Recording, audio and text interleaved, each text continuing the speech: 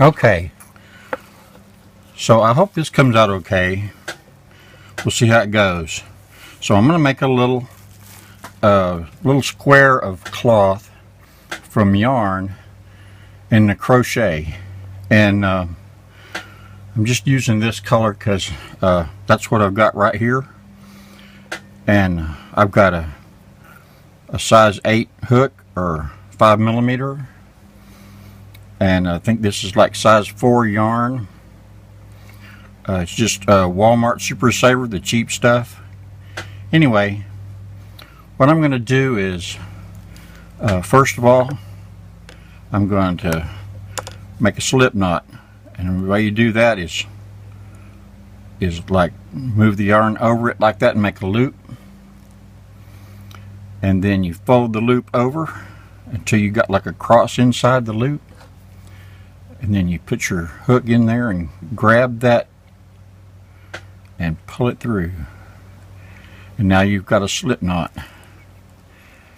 It'll get bigger if you want and smaller if you want, and as long as you've got that hook in the hole, you'll never lose it. Okay, but then what you do is you get a hold of this part between your thumb and that third finger, and you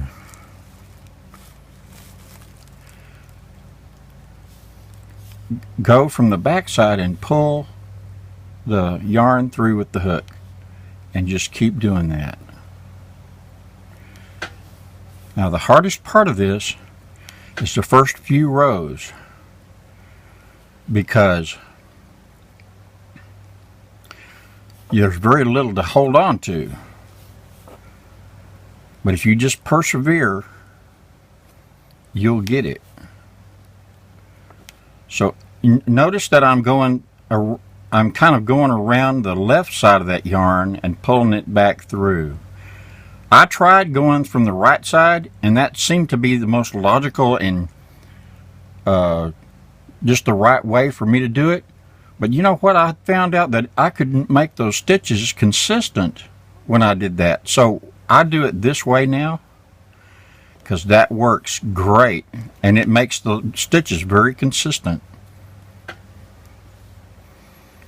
Now here is a situation where I've split that yarn, and when that happens, you got to get out there and get in the middle of that yarn again. Okay, so now I made a little length. It's not very long, but I made a small length of chains in that yarn. You see those loops? And there's different loops along here that you can use. And they got different names. There's a front loop and a back loop and a back loop and then there's another loop on the third loop, I guess you'd say. Anyway, I'm going to go into one of these loops like that. So now I've got 2 on my hook, and I'm going to pull one of those loops through on that one. Well, I'm going to do that again. See that, how that is? Now I've got 2 loops on that hook. Now I pull one loop through those 2, and I've still got just 1 loop on my hook. Now I just go down the row, and I go through each one of those chains one at a time until I go clear to the end. And each time I'm ending up with 2 loops on my hook like that, and I'm pulling the yarn through both of them and ending up with 1. Then I go through the next loop and the next chain, and I go all over again. And that's the way this works. This is called single crochet, and it's fine. You can do a lot with it. So I'm just going to go all the way down, and you can speed up this if you want to, but this is all I'm going to do is right here is just one little length. And you'll notice there's some similarities to a sewing machine that's going on here. This thumb and third finger are like my pressure foot. And then these two fingers right here are holding that yarn, kind of like the wire that holds your bobbin. And then of course my bobbin is my roll of yarn that's back that way. But I'm just going to continue on right here, and I'm going to pull that yarn through there. And I'm going to keep going.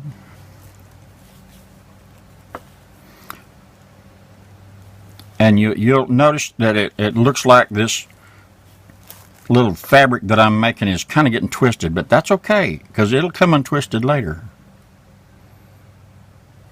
Now, it looks like I got to the last loop, but I haven't. There's one last little loop down here.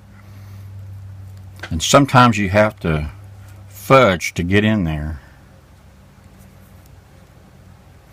But believe me, you want to go all the way to the end. So I'm going to get that hook in there one way or another.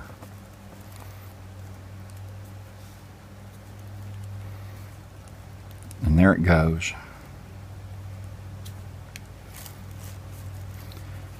And now there's my last stitch in that row. So see, I made one row of chains going this way. Then I turned around and I made another row going this way. Now it's easier for you to see that there are 2 loops for each one. And what I'm going to do now is I'm just going to go back into that same one I did and go underneath both of those loops and get me another loop and pull it through. And I'm just going to do that, and I'm going to go all the way back the other way.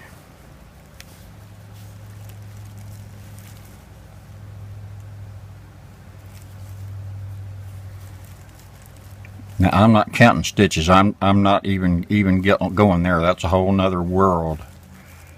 For right now, all I'm doing is I'm just making a little square of blue fabric.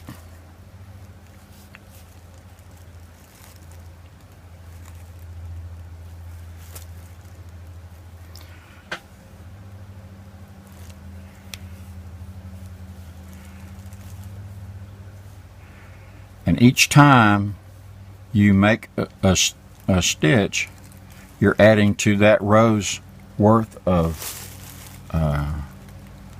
fabric, and it looks like I'm getting about maybe a quarter of an inch with each go.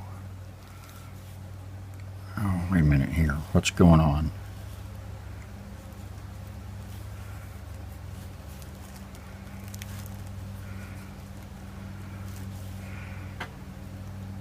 Now you know what, I'm going to pull this out and stop, because this is what you can do. This is the good thing about crochet instead of knitting.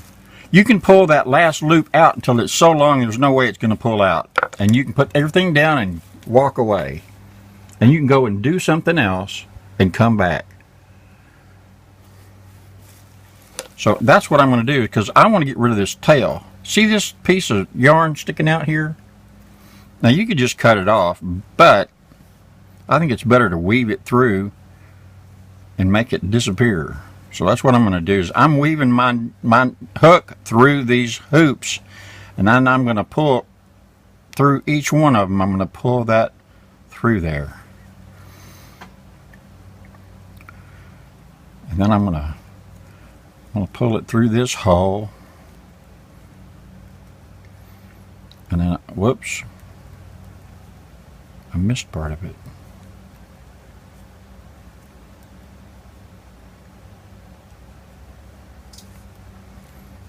I can get that.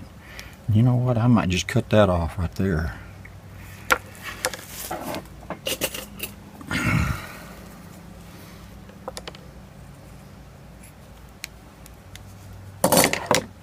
Now, see, now there's no more tail. Now what I got to do is I got to get started again. So I get my loops straightened out here, and I pull it. Then I pull it till it's not tight, but snug. And then I can start again, and I just go into the next hole and keep going.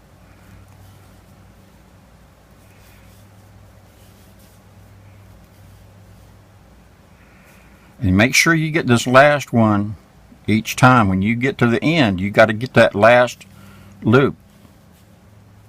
If you're counting stitches, that's easy because you'll run into that last number. But since I'm not counting, then I just have to know which is the last one. So now I'm going to end this part for right now, and then I'll come back when I've done more rows. This is 3 rows right here. I went down this way, I went back that way, and now, wait a minute.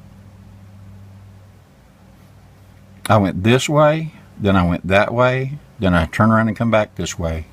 And now my loop is here, and I'm ready to go back this way. So I flipped it over so that I can go right to left, because that's how I'm used to doing it. If you're left-handed, this is going to be all cattywampus because we go in the other way. But anyway, so what I'm going to do is I'm going to cut this off. I'm going to stop the video, that is, and I'm going to finish this little square, and I'll show you on the end.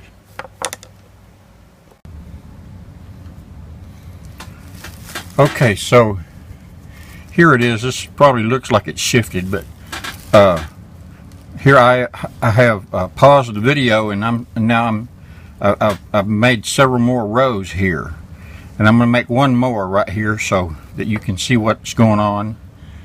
I'm going to go into this hole, and I'm going to pull that thread through, and then I'm going to pull through again and end up with one loop. Then I'm going to go into this hole, end up with 2, and take one loop through those 2, and I got 1. And I'm going to do that again.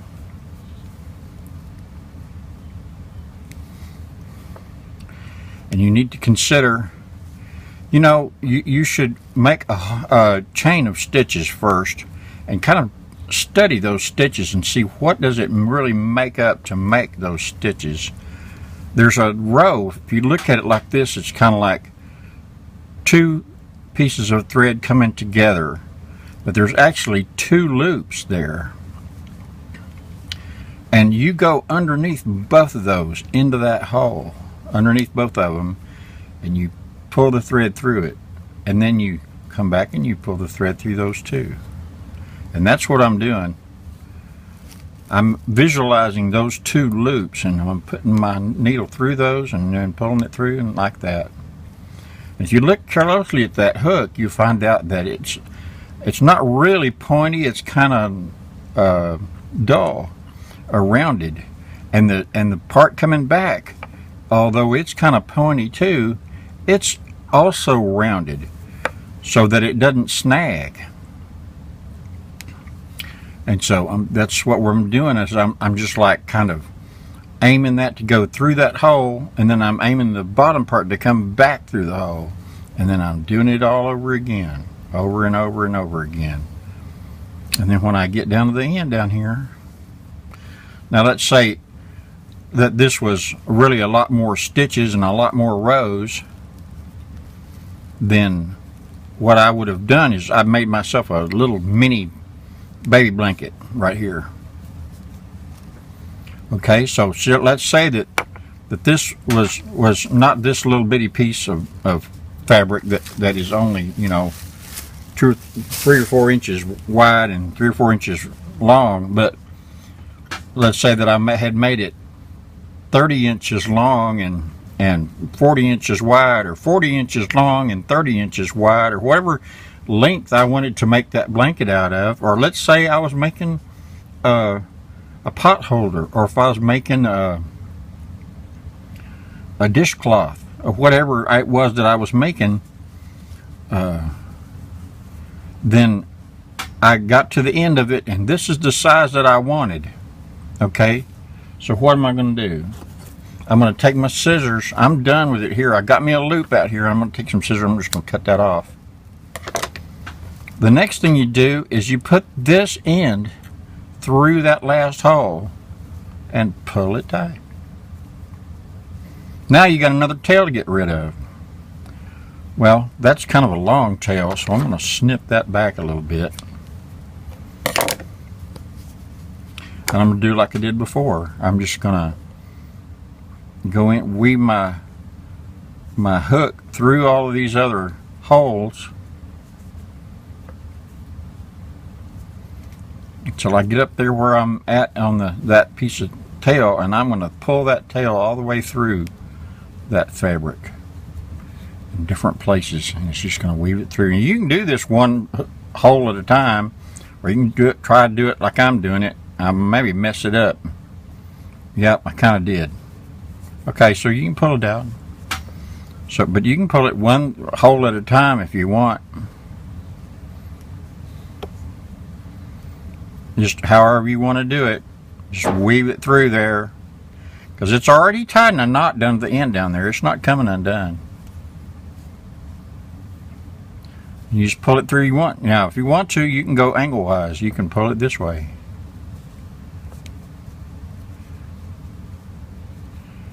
And just hide that tail through there.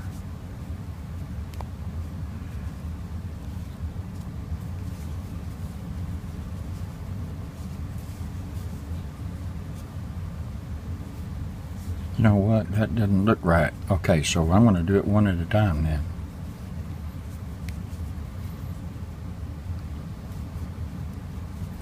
See if I can do two at a time this time. Okay, here we go. Now, there's another trick to this, and this is the way it is. I'm going to pull that a little bit tight so it makes it kind of a crinkle like that.